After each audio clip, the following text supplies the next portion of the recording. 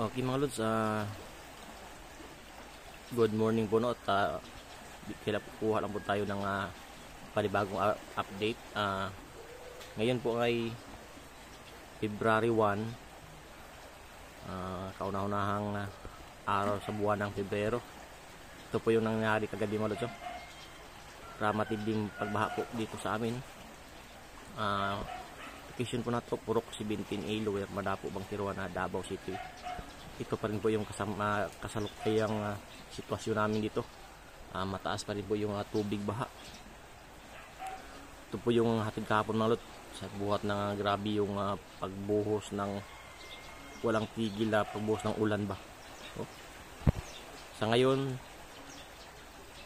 time check tayo, mag-alas 6 na ng umaga. Ito pa rin, napakalalim pa rin ng tubig baha. Yan. Nandito po tayo ngayon sa itaas ng aking bahay. Yan po yung baba na bahagi. Napakalalim po yan mga lods, at saka ang lakas po ng kari ng tubig.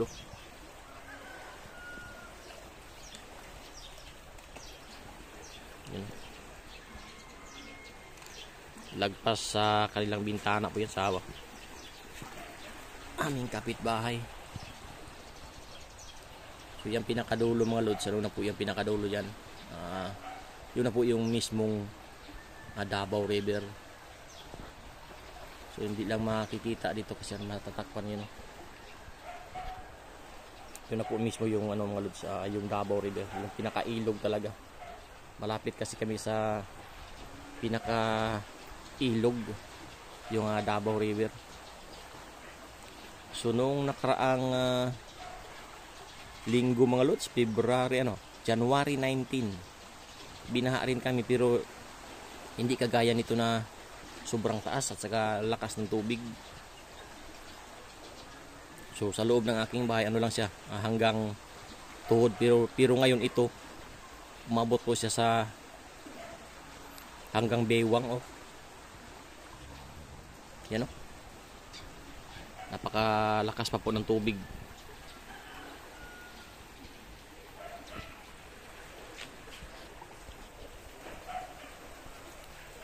So yan mga lods, ito po yung ating pasilip ngayong araw, no. Sana